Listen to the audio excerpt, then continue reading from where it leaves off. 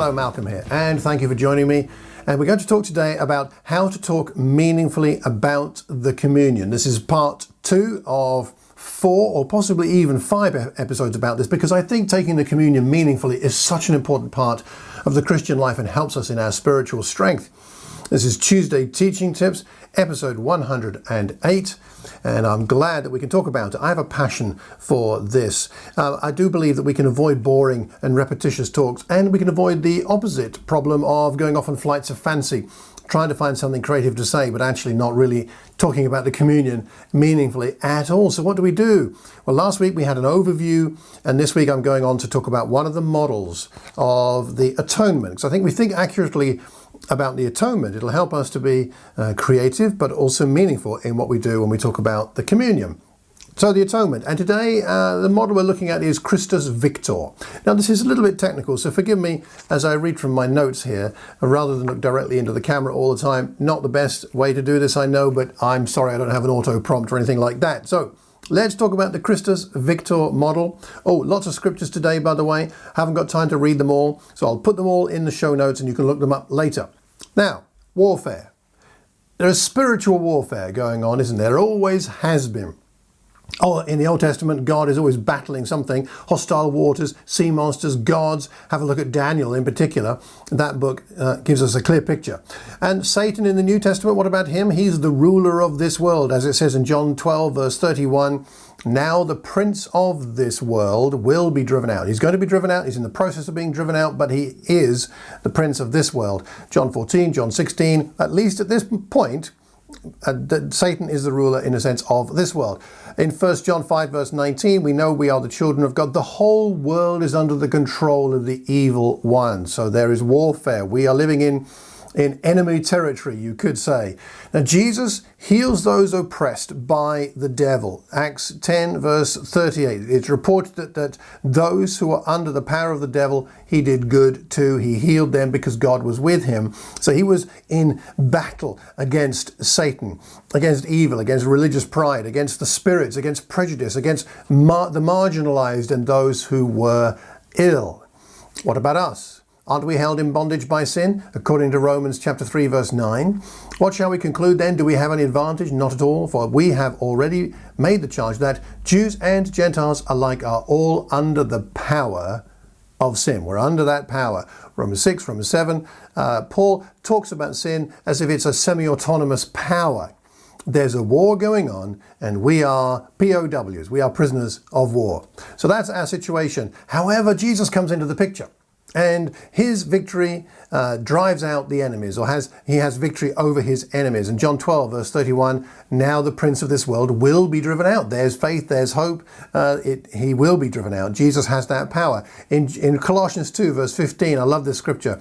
He, having disarmed the powers and authorities, he made a public spectacle of them, triumphing over them by the cross. Colossians 2:15, he disarmed the powers. He sets the captives free, Satan's captives, he sets them free. Luke 4:8, Ephesians 4:8. Therefore, what's the consequence? We now have peace. Colossians 1:16 and 20. Jesus, in 1 John 3:8, what is it saying? The reason the Son of God appeared was to destroy the devil's work. Jesus came to destroy the works of the devil. He destroyed the one who had the power of death. He set us free, according to Hebrews 2, verses 14 and 15. He puts all his enemies under his feet. 1 Corinthians 15:25. He is stronger than the strong man of this world. Luke 11, verses 21 to 22.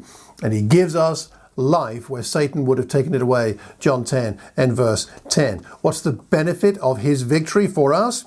Well, we participate in that victory in baptism. 1 Peter 3, 21 to 22.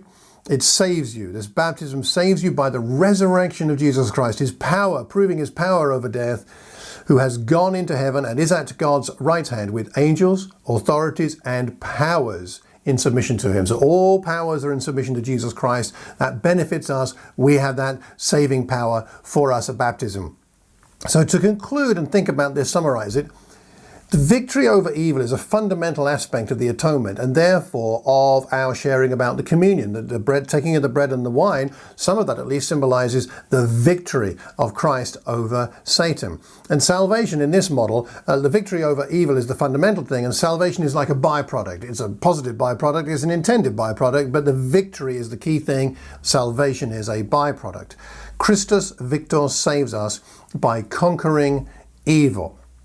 A quote from a book I read about this says, Jesus died as our substitute and bore our sin and guilt by voluntarily experiencing the full force of the rebel kingdom we have allowed to reign on earth. He felt that full force, he overcame it, and had victory over sin and death. The strengths of this model, one of them is just simply the right focus. It's what Christ did for us. It's what God did for us. We participate in it, but it's not about us and what we do. So there's a God-Christ focus there, very healthy. And the sharing in the victory, which we do share in, affects our lifestyle, but personally, because we are overcoming the power of the evil one, and we can help other people to do the same. And to have faith in what Christ did, as someone said, is to walk faithfully towards what Christ is doing.